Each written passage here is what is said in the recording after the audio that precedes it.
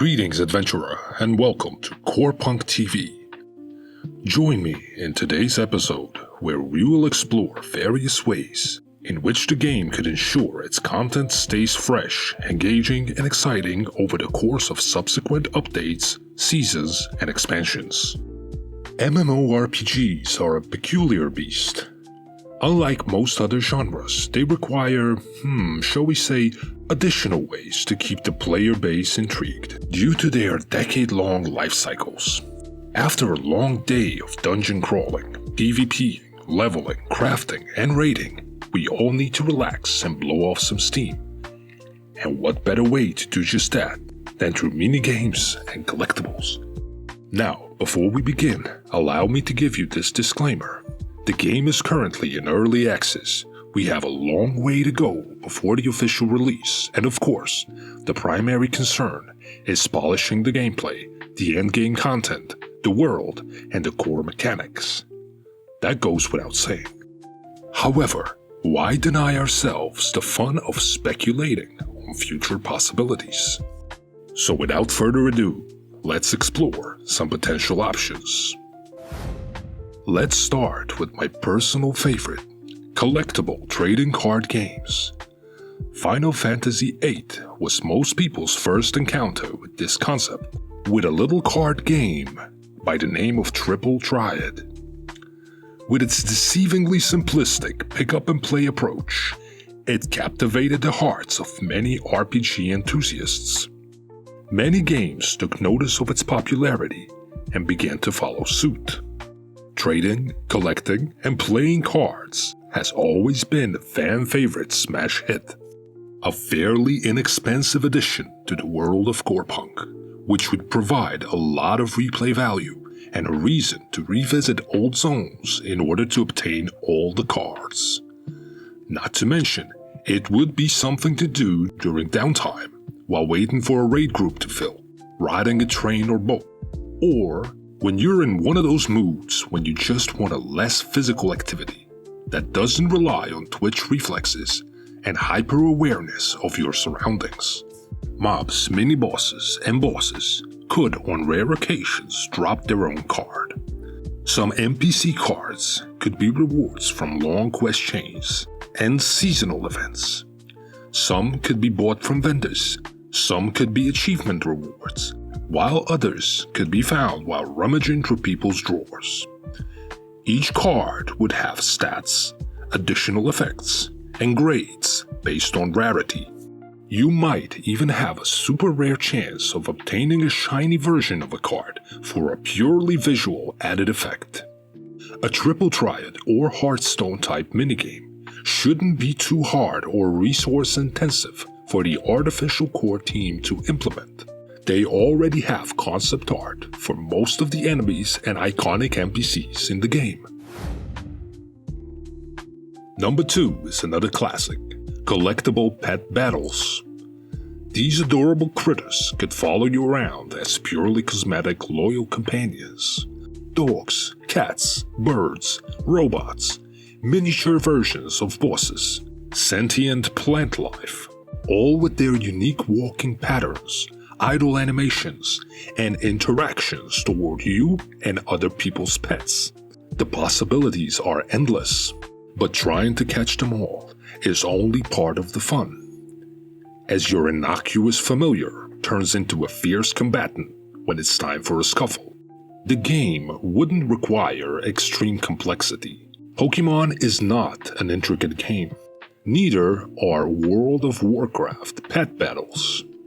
Each pet could have 8 moves in total, which you acquire by leveling up your companion. 4 moves could be active at a time, giving you a decent amount of combinations and some variety when it comes to builds and strategy, all ultimately hinging on a simple concept of a turn-based rock-paper-scissors RPG style of combat. History has shown most minigames are later additions in an MMO's life cycle. Many of them get introduced after the first or even second expansion, making them the perfect excuse to make old and forgotten zones relevant and populated again. Tactical RPG pet battles. A chessboard-type grid in the vein of Final Fantasy Tactics or Tactics Ogre. Unlike the 1v1 pet battles, where all combatants are on a leveled playing field, regardless of in-game lore, here, each unit would have its unique stats based on rarity. For example, you could only be allowed to have 3 common units, 2 rare units, and 1 epic unit on the field, each with its own unique restrictions when it comes to movement options, turn speed, and attack type. It could even be in a different art style from the main game. This hybrid of 2D sprites superimposed on 3D backgrounds, like Octopath Traveler and Live Alive, is super popular right now. The units could be sprites moving and gesturing with simple 5-frame animations. Now, I understand that on the surface, all of this may seem a bit too ambitious, but when you really think about it, it's not. It's all very doable.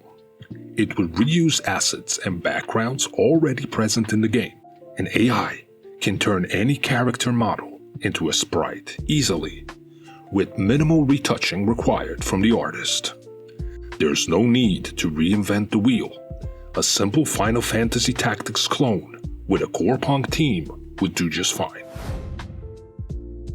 Put on your helmets and start revving your manabike engines. Reimagined instanced courses drawn from real-life locations in the world of Corepunk would be the perfect backdrop for exciting and nail-biting feats of speed. Boost pads, sharp turns, item boxes, and lifelong friendships ruined forever as you race your way to the finish line.